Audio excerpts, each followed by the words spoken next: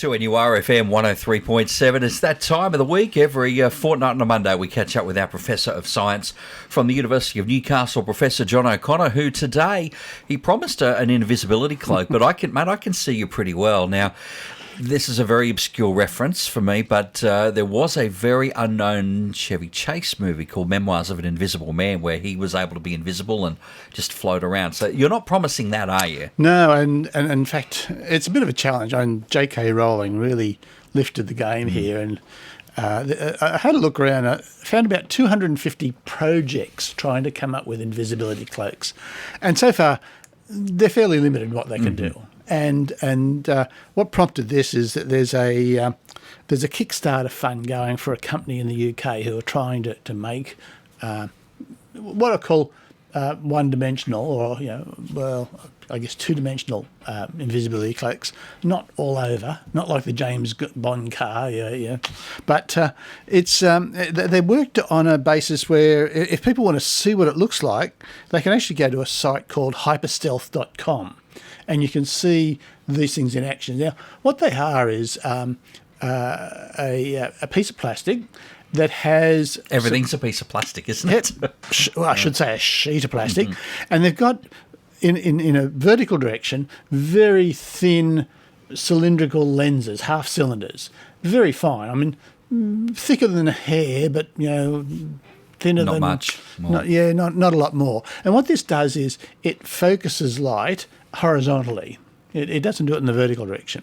So this is where I really destroy the whole process, because this only works really well if you've got a background which has got a lot of horizontal lines. Okay, which is not every day. It's in front of a building, brickwork. Very thin bricks, maybe. No, they can be big, it just has to be horizontal lines. Okay. Or it can be against, a wonderful one I saw was against a horizon at the sea, where you got the line there.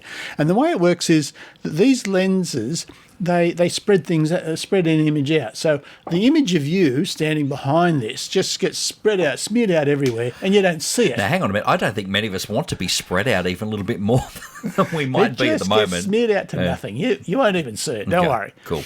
But horizontal lines also get smeared out horizontally. And, of course, that means it's still a horizontal line. So when you stand behind this thing, you've got you disappeared, but the background looks as if it's unchanged because it's got all these horizontal features. It's very impressive. Okay, so some real-world applications where this may be, I'm guessing in a military sense, there might be a way to use this? That's certainly one of the areas. I mean, it's really an application looking for, a discovery looking for an application. And, of course, they're trying to work out much more complex things where it can work in an extra dimension.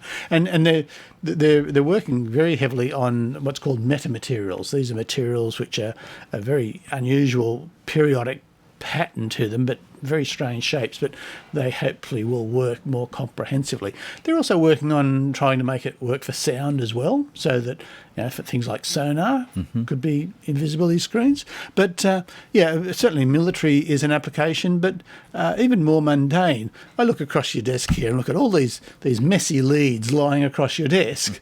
One of the applications is to actually put a piece of plastic there that makes them disappear, but the desk still looks the same. So it looks as if the leads have just vanished. I think this would almost play on your mind a little bit, wouldn't it? It would look invisible, then you touch something, and no, you're still there. You're still there. Yeah, well, the demonstrations on the web are really impressive. There's a guy who you can go on the web and find a bloke who actually shows you how to make your own. It's like a shield, like a riot shield that he puts this film on. But it looks impressive because someone's walking along in front of a wall, and then they suddenly disappear because the invisibility cloak still shows the wall, and they walk through, and then they emerge from the other side. It's very impressive. So it's a good party trick as well. Yeah, imagine that though. Like it's up in court, they got the CCTV cameras. I'm like, no, I wasn't there. You can't see me. It's just a little hand holding the shield. We don't know who it was. Well, John, it is a brave new world. It'll be very interesting to see where this one goes in the next few years. And well, not even the next few years. If people are looking for something to do over Easter, here's a project. Yep. Absolutely. All right, there Thanks, he is, Mark. taking a look at the world of invisibility. Our Professor of Science from the University of Newcastle, John O'Connor at 2NURFM 103.7. A broadcast service of the University of Newcastle.